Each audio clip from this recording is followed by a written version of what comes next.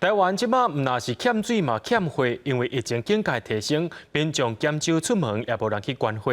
即马全台湾的火库无到7天的安全库存量，是这20年来上界严重一届。高雄关火中心表示，关火是医疗行为，护理人员也拢会做好防疫措施。关火中心等规波冰修加3地火，来到冰库，遮尔侪鸡仔嘛拢空空。台湾疫情升级了后，欠火状况真严重。各地关火人数一直落，加上活动拢取消，全台火疫存量上低时，敢若剩4.4天。高雄阁愈严重，剩无4天。公司好好。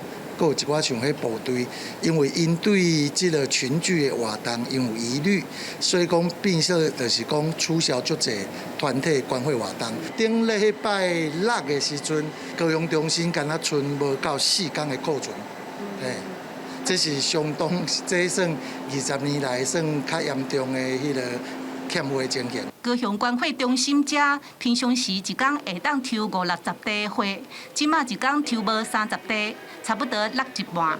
毋那民众减少出门，关火车嘛拢无出动。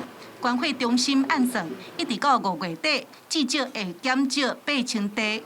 知影全台拢欠火消息，也是有人来关火。原本定期就有在捐血，对，也是趁这个时间点吧，也比较少人。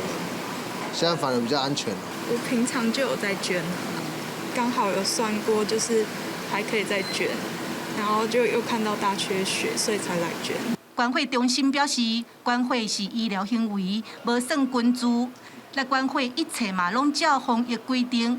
伊若附近有房仔过开，民众关火了后，护理人员就用酒精消毒。